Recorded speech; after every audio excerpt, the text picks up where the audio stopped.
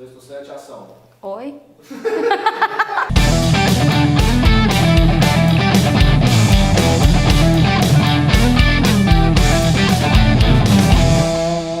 Fala, juventude! Aqui quem fala é a Gabriela, sou professora de Sociologia e hoje a gente vai falar um pouquinho sobre mercadoria para o Marx.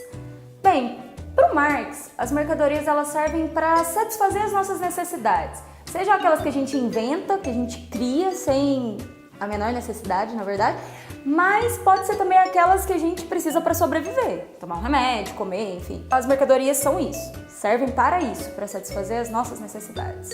Tranquilo. Uma questão importante é a gente saber diferenciar o que é um objeto de uma mercadoria. Mercadoria só é mercadoria se ela tiver o intuito de ser vendida, de ser comercializada, de ser consumida, tá?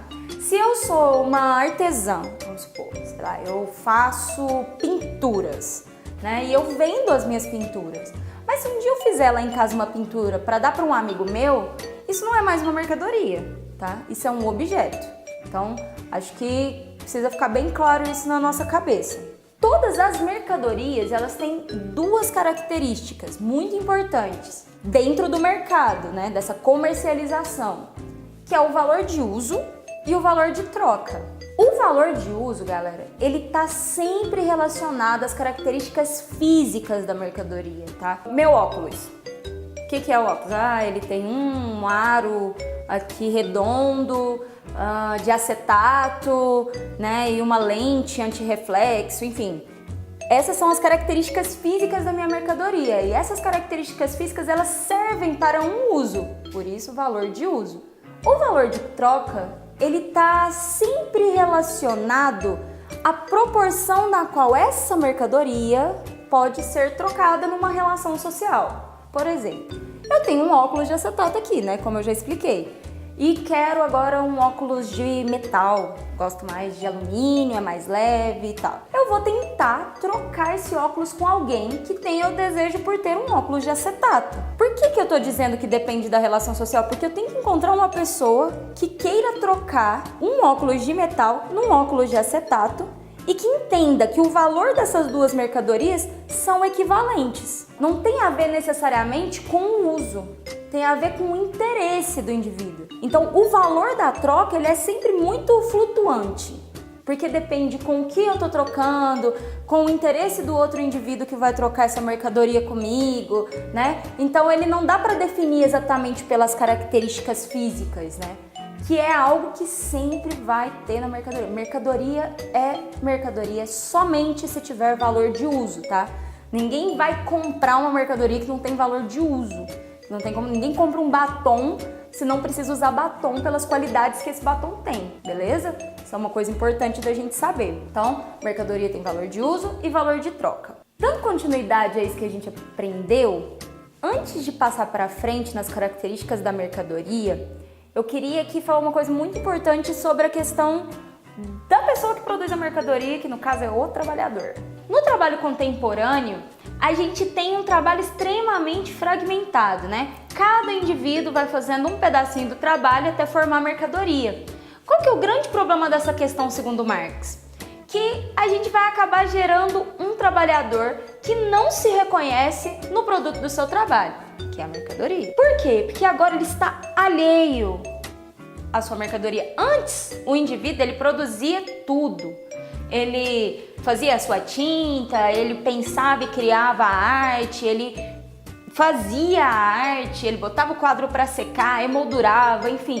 O processo de trabalho era completo. Na empresa flexibilizada não é assim. Cada indivíduo faz um pedacinho para a produção ser mais rápida.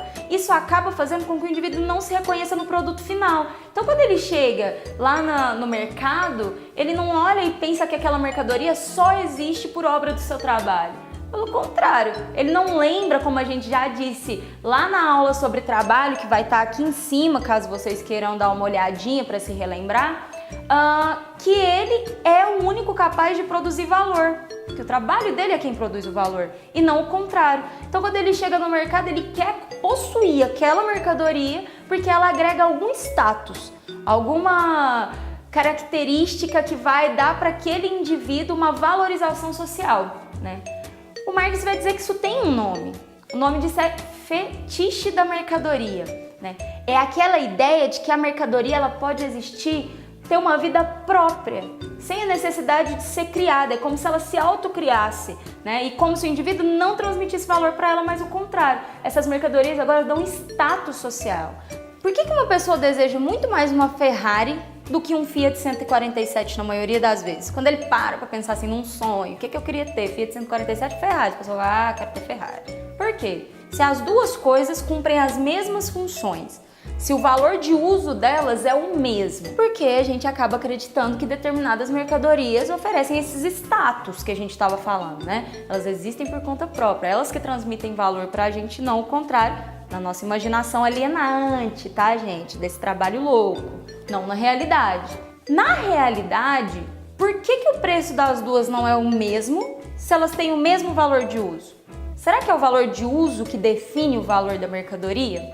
Não, gente. O que define o valor real das mercadorias são o tempo necessário para a produção dessas mercadorias, tá? Ou seja, é o trabalho humano empregado nessas mercadorias. Isso que define o valor real. Agora, o que faz a Ferrari ter um valor exorbitante em relação ao Fiat 147 tendo a mesma função é a questão do fetiche, tá? É a questão dessa coisa de valorizar o indivíduo. Então, para valorizar cada vez mais esse indivíduo, essa mercadoria vai ser cada vez mais cara. Gente, espero que todo mundo tenha entendido tudo. Não esquece de curtir o vídeo e de se inscrever no nosso canal e assistir as outras aulas. Falou, valeu!